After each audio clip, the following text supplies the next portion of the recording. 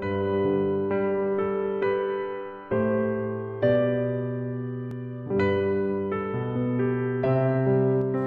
selamat pagi Bapak Ibu dan Saudara yang dikasihi oleh Tuhan. Kita berjumpa lagi dalam Salam Pagi. Bapak Ibu dan Saudara, pernahkah Bapak Ibu dan Saudara menunggui salah satu anggota keluarga kita yang sakit dan dirawat di rumah sakit? Di saat menunggui saudara kita yang sakit atau keluarga kita yang sakit, tentu hati kita merasa sedih dan juga kadang cemas akan apa yang dihadapi oleh saudara-saudara kita. Bapak, Ibu, dan Saudara, mungkin juga pikiran kita. Kadang kita bingung harus bagaimana atau apa yang harus kita lakukan. Demikian juga fisik kita. Kadang kita juga lelah, ya, merasa capek. Karena memang menunggui saudara kita di rumah sakit yang sedang sakit itu dibutuhkan kekuatan ekstra. Kalau kita yang menunggui saja, ya, cemas gitu ya, khawatir, pastinya saudara kita yang sakit pun juga mengalami hal yang sama. Pasti harap-harap cemas akan sakit yang ia derita dan juga pengobatan-pengobatan yang dilakukan. Ya, baik mereka yang sakit maupun kita yang menunggui, ketika menghadapi masa-masa sulit itu kadang terasa seperti berjalan dalam kegelapan. Ada rasa khawatir, takut, cemas, bahkan takut untuk melangkah. Jangan-jangan salah langkah. Bapak, Ibu, dan Saudara, pagi ini saya ingin mengajak kita membaca kitab suci dari Yesaya pasal 9 ayat 1 yang berkata demikian.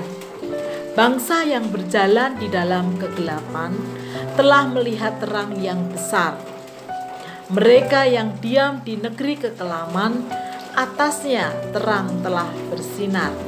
Bapak, Ibu, dan Saudara, syukur kepada Tuhan.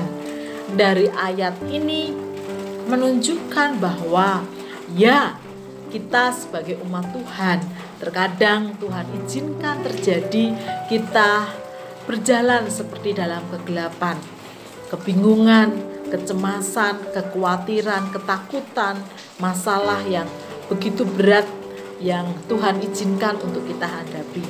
Tetapi ayat ini juga sekaligus menunjukkan bahwa ternyata Allah tidak pernah membiarkan kita terus berjalan dalam kegelapan atau lembah kekelaman. Allah telah hadir memberikan terangnya dalam hidup kita, sehingga kita boleh berjalan dalam terang Allah melalui setiap kegelapan-kegelapan hidup yang kita hadapi. Oleh karena itu, mari di tengah segala pergumulan yang ada, bahkan kalau kita terasa gelap jalan yang harus kita lalui, ingatlah bahwa kita punya Tuhan yang akan menerangi jalan hidup kita. Teruslah melangkah karena ada terang Tuhan.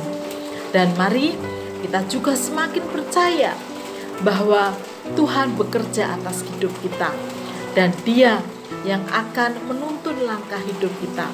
Ada saatnya nanti kita akan lepas dari kegelapan itu dan kita akan menikmati terang Tuhan.